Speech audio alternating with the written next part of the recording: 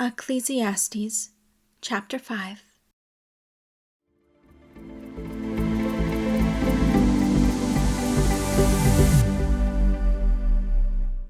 Guard your steps and focus on what you are doing as you go to the house of God and draw near to listen, rather than to offer the careless or irreverent sacrifices of fools, for they are too ignorant to know they are doing evil.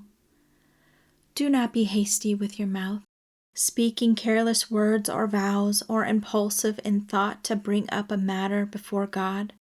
For God is in heaven, and you are on earth. Therefore let your words be few.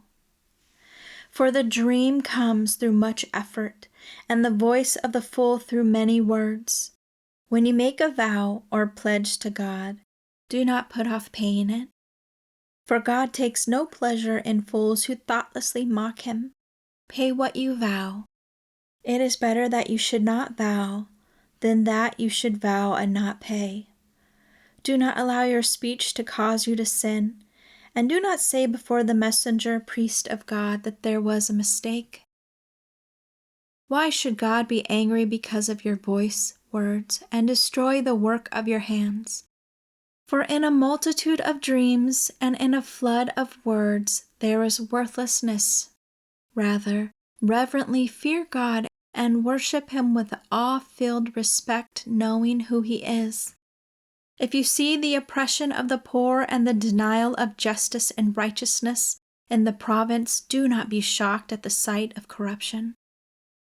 For a higher official watches over another official, and there are higher ones over them, looking out for one another. After all, a king who cultivates the field is an advantage to the land.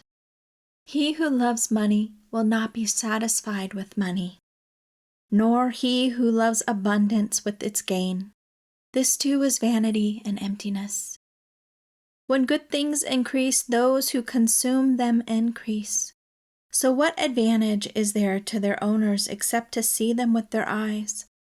The sleep of a working man is sweet, whether he eats a little or much, but the full stomach, greed of the rich who hungers for even more, will not let him sleep. There is a grievous evil which I have seen under the sun, riches being kept and hoarded by their owner to his misery. For when those riches are lost in a bad investment, and he becomes the father of a son, then there is nothing in his hand for the support of a child. As he came naked from his mother's womb, so he will return as he came. And he will take away nothing from all his labor that he can carry in his hand. This is also a grievous evil. Exactly as he was born, so shall he die. So what advantage has he who labors for the wind? All of his life he also eats in darkness, cheerlessly without sweetness and light, with great frustration, sickness, and anger.